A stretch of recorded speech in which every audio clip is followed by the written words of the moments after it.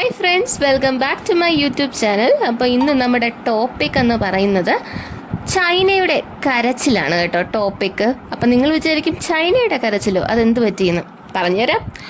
Operation സിന്ദൂറിലെ ഇന്ത്യയുടെ വിജയത്തെ പാകിസ്ഥാൻ അംഗീകരിക്കാതിരിക്കുന്നത് അത്ഭുതമൊന്നുമില്ല. കാരണം 1971 93,000 പാകിസ്ഥാൻ സൈനികർ ഇന്ത്യൻ സൈന്യത്തിന് മുന്നിൽ കീഴടങ്ങിയതുപോലും അംഗീകരിക്കാത്ത ആളുകളാണ് ഈ പരാജയം അംഗീകരിക്കാൻ പോകുന്നത്.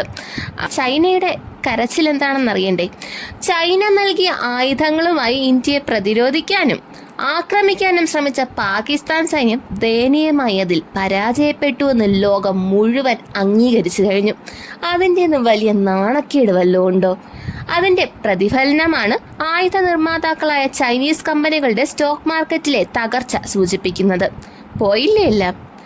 ചൈനയുടെ ദീർഘദൂര സർഫസ് ടു എയർ മിസൈൽ സംവിധാനമാണ് HQ-9 ശത്രു വിമാനങ്ങളുടെയും ക്രൂയിസ് ബാലിസ്റ്റിക് മിസൈലുകളുടെയും ഡ്രോണുകളുടെയും തടയാനുള്ള അല്ലെങ്കിൽ നശിപ്പിക്കാനുള്ള അതിന് കഴിയുമെന്ന് കരുതപ്പെട്ട ആധുനിക സംവിധാനം. പാകിസ്ഥാന്റെ വ്യോമ പ്രതിരോധത്തിന്റെ മൂലക്കല്ലായി എഴുന്നള്ളിക്കപ്പെടുന്ന ഈ സംവിധാനത്തിന് പക്ഷേ ഇന്ത്യ തൊടുത്ത മിസൈലുകളിൽ ഒരെണ്ണത്തെ പോലും തടയാൻ കഴിഞ്ഞില്ലെന്ന് മാത്രമല്ല, ലാഹോർ സ്വയം രക്ഷിക്കാനും കഴിഞ്ഞില്ല. അവിടെ ഉണ്ടായിരുന്ന HQ-9P, HQ-16 സംവിധാനങ്ങളെ ഇസ്രായേൽ നിർമ്മിതമായ ഹാർപി മിസൈലുകളും S-400 സുദർശന ചക്രവും പ്രയോഗിച്ച് ഇന്ത്യ തകർത്ത് കളഞ്ഞു. ചൈനയുടെ പ്രതിരോധ വ്യവസായത്തിന് തന്നെ ഇത് കനത്ത നാണക്കേടായി. സ്വാഭാവികം.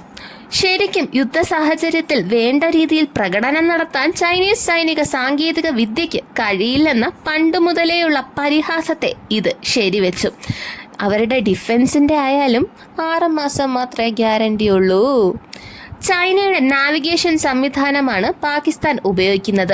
GPS-ന് എതിരാളിയായി ഉയർത്തിക്കാട്ടിയിരുന്ന ചൈനയുടെ ബൈഡു സംവിധാനത്തിന് ഓപ്പറേഷൻ സിന്ദൂർ നടക്കുമ്പോൾ റിയൽ ടൈം ഇന്റലിജൻസ് പാകിസ്ഥാന് കൊടുക്കാനും കഴിഞ്ഞില്ല.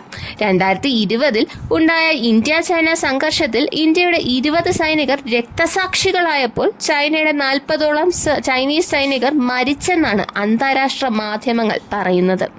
ചൈനയോട് മുഖാമുഖം നിൽക്കാൻ മാത്രമല്ല, സൈനികമായി ചെറുത്തു നിൽക്കാനും ഇന്ത്യക്ക് കഴിയുമെന്ന് ലോകത്തിന് ബോധ്യപ്പെട്ട നിമിഷമായിരുന്നു അത്.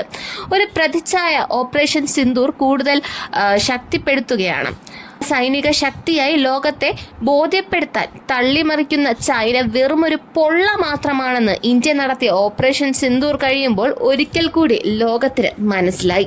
പണി പാളിയെന്ന് മനസ്സിലായപ്പോഴാണ് ഇന്ത്യയിലെ പാകിസ്ഥാൻ ചൈന അനുകൂല മാധ്യമമായ ഹിന്ദുവിനെ കൊണ്ട് ഇന്ത്യയുടെ യുദ്ധവിമാനങ്ങൾ പാകിസ്ഥാൻ തകർത്തു എന്ന് വ്യാജ വാർത്ത കൊടുപ്പിക്കുകയും നിമിഷ നേരം കൊണ്ട് അത് ലോകം മുഴുവൻ പ്രചരിപ്പിക്കാൻ ചൈന ശ്രമിച്ചതും.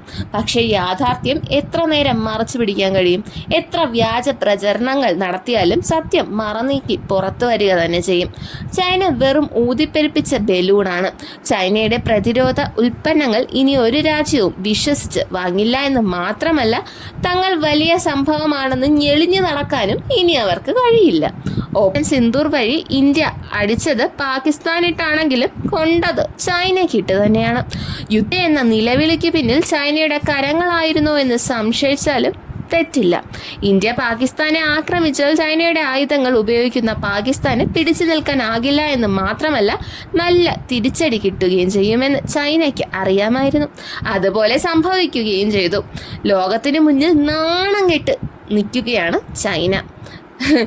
ഇന്ത്യ സമാധാനം ആഗ്രഹിക്കുന്ന ഒരു രാജ്യമാണ്. ആരെയും അങ്ങോട്ട് കയറി ആക്രമിക്കില്ല. പക്ഷെ ഇങ്ങോട്ട് വന്ന ന്യൂക്ലിയർ ശക്തിയാണെന്നൊന്നും നോക്കില്ല, കയറി മെയ്യും. അത് മനസ്സിലാക്കിക്കൊള്ളണം. പിന്നെ കുറ്റം പറഞ്ഞിട്ട് കാര്യമില്ല.